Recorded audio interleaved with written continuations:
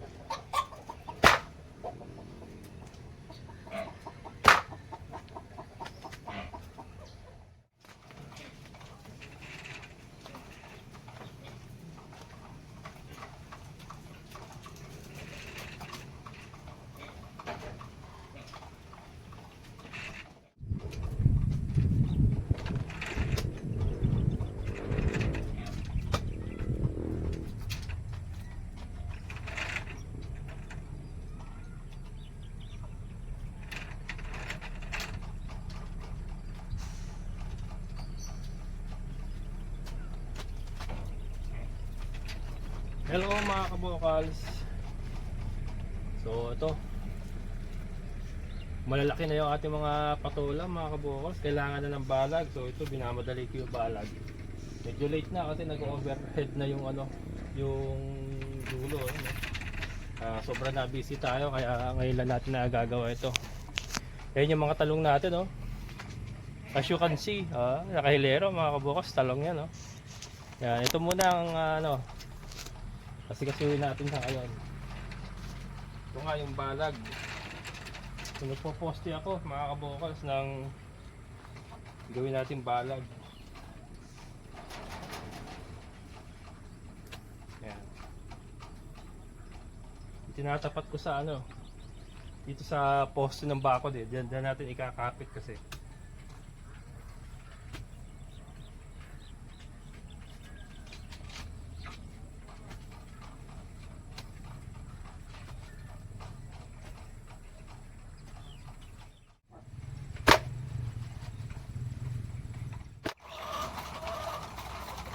Umulan pa mga kabukals. Umulan pa eh ha. Hirap kumilos pagka ano eh. Umuulan eh.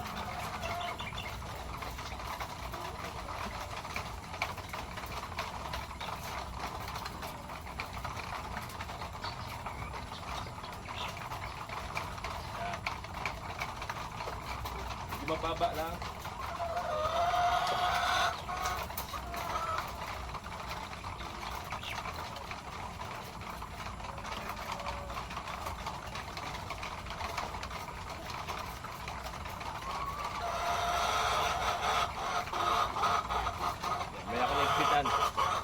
Ano, itataas ko muna lahat. Yan. Kabila naman tayo mga kabukals.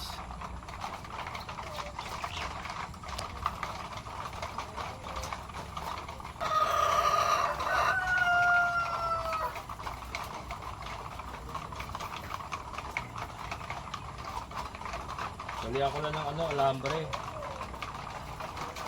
Para kumapit yung ating balagbag.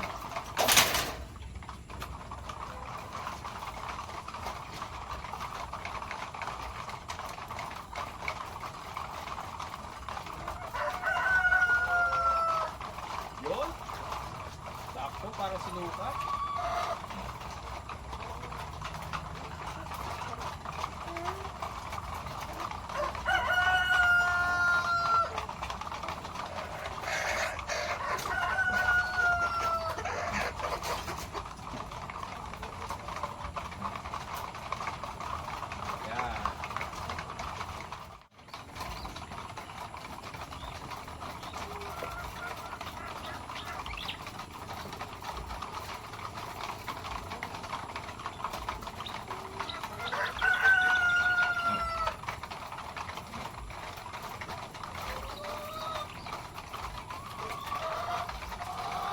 Yan mga kabukas, yung balagbag naman.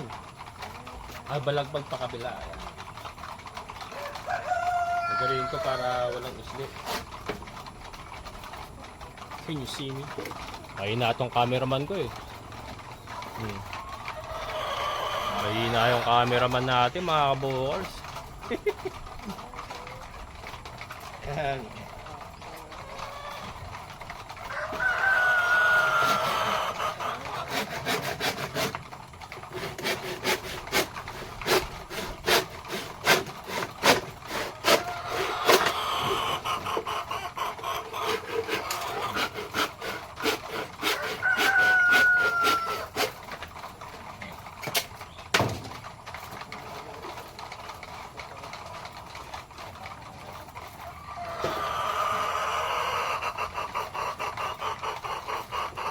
Yun o. Ay, gali.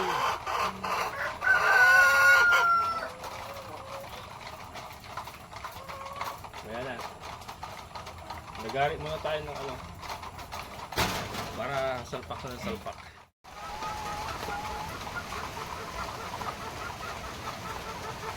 Ayan mga kabukal. Tatali na tayo ng kabalagbag gamit ano.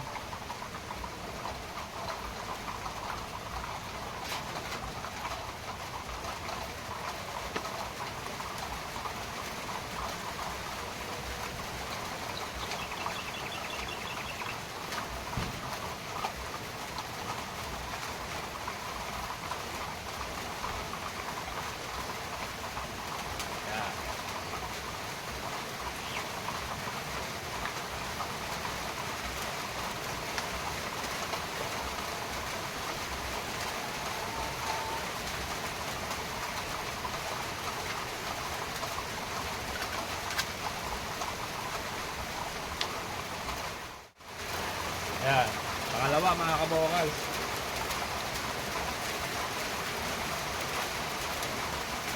Malakas yung ulan.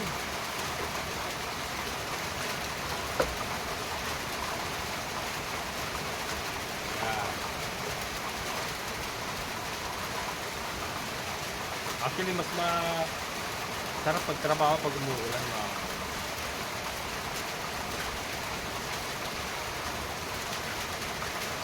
Kasi malamig.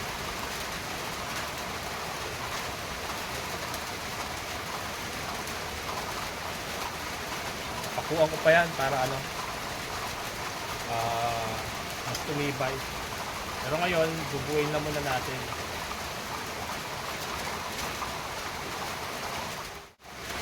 Tumumba na ron mga kabukal eh. Tumumba na.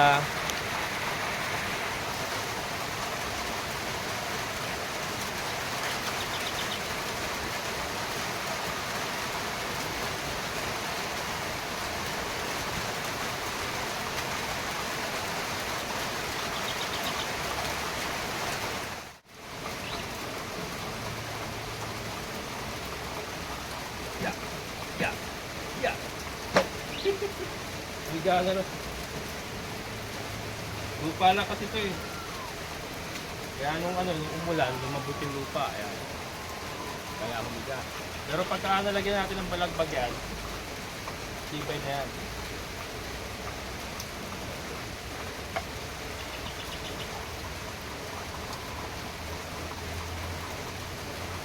Ayan. Bagyo ba mga kabukal? Valentine's Day? Nakikisabay ang ulan sa Valentine's Day? Ayan.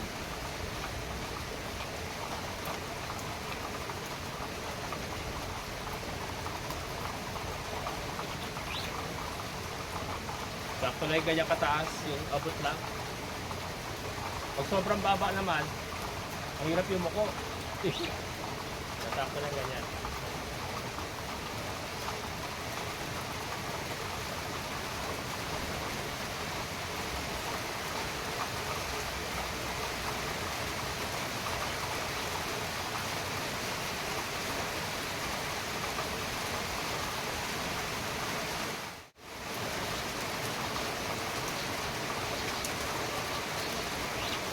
Lagyan natin ng mga kabukas, balagbag. kapit dun sa goat house. Kasi ano, tumutumba. So, yung kapit sa goat house, yan yung hahawak sa buong balagba. Ano, buong balak natin. Ano yung tumutumba eh. Baka pagka kumatay na, bumigat na, saka bumagsak tayo. Ayan, yung nakahawak na. Okay na yan. Nakakapit naman sa poste ng goat house yan. Kailan talaga pakuluan yung iba para hawakan. Lalo lumalakas yung ulan. Wala naman yata ang bagyo ah.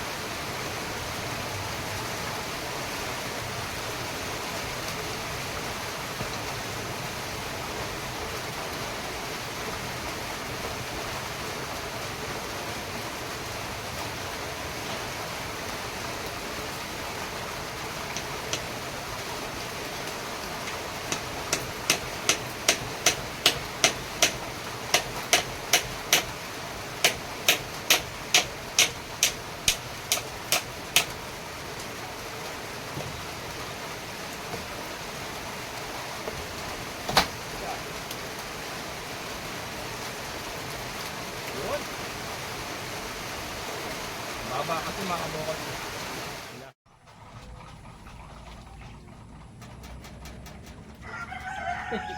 Ayan mga bukod.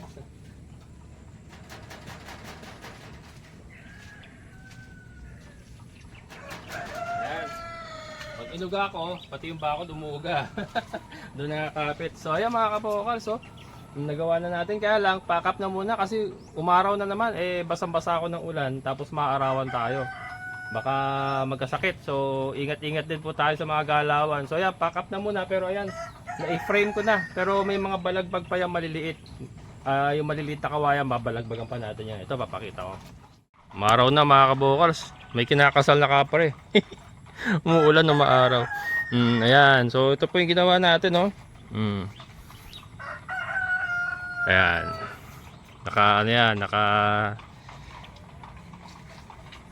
Naka-alambre. Ito may pako yung iba. Ayan, katulad niya may pako. Yan, para kumapit. Ito, wala.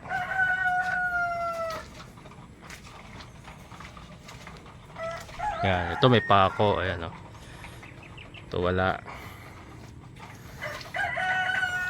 Ito may pako. Yan yung gitnaan kasi yan yung nahahawak. Tapos ito itinaas natin, nilagyan natin ng stopper para hindi kasi masyado mababa ito eh. Tinaas natin siya. So, yun nga. And then ito, kumapit tayo dito sa poste ng goat house. Yan, ito, ikinapit natin ito. Tali yan dyan. Ikinapit natin doon kasi lumulundo papunta ron. So yan mga kabukas, hindi yung ating mga talong looking good. Kaya lang nag-accumulate na naman yung damo. So yan, dadamuhan natin. Kaya lang wag muna ngayon kasi nga ayun nga umaaraw na naman. And basa na ako sa ulan. Lalaki na ng talong natin mga kabukas. Lalaki na ng mga talong natin. Yan. Yan, puro talong yan mga kabukas. Ang daming talong yan nabuhay lahat. Yung binili natin, buhay lahat. Galing. Nawala na yung mga butas-butas. Ayun, maganda na yung mga dahon. Wala tayong nilagay pa. Wala pa ako yung nilalagay dyan. Dinikit ko na rito yung kasi naninilaw yung ating yung California Reaper natin na sili. Tinanggal ko na dun sa punlaan niya. Nirekta ko na sa lupa yung ating mga California Reaper. Ayan mga California Reaper. Sana mabuhay. Kahit dalawa man lang mabuhay. Para meron tayong mapag-uumpisahan. Pero yan, medyo nagbe-berde-berde na yung gitna Nung nailipat ko, na-erekta ko. Ayan yung mga papaya natin mga kabukals. Ayan oh. Kaya lang ito medyo humiga kasi sa ulan. Ayan, medyo humiga itong dalawa ito. May bunga na mga kabukals oh. Oh, bunga na yan. Bunga na yan mga kabukals. Ayan oh, bunga na yan oh. Bilis lang. Mabilis lang pa. Ito oh, ang laki na pala nito. Oh. Bunga na yan mga kabukals. Ayan oh, kakatay na yan dyan. So bukas, ay kaya lang alis tayo bukas, meron tayong farm visit sa Nueva Ecija. Kasama ko yung mga kapitbahay ko doon sa San Jose del Monte. Yung kanilang balae ay viewer pala natin from Alaska. So yun, inibitahan na naman tayo mga kabukals. Iba ito sa ano iba to sa farm ni Sir Emmy sa ni Ma'am Dora. Iba pa itong iba pa itong pupuntahan natin bukas. Ano yun, taga Alaska naman yun. Balae po nung kapitbahay ko doon sa San Jose del Monte. So small world. Magpa-farm visit tayo bukas. Kasama ko yung yung mga kapitbahay ko doon sa San Jose del Monte. So abangan nyo. Teka, parang naipit yung dahon okay lang yan. Pero ayan mga kabukas, may patola na tayo. Handa ko na yung miswa at saka sardinas sa itlog. Yan.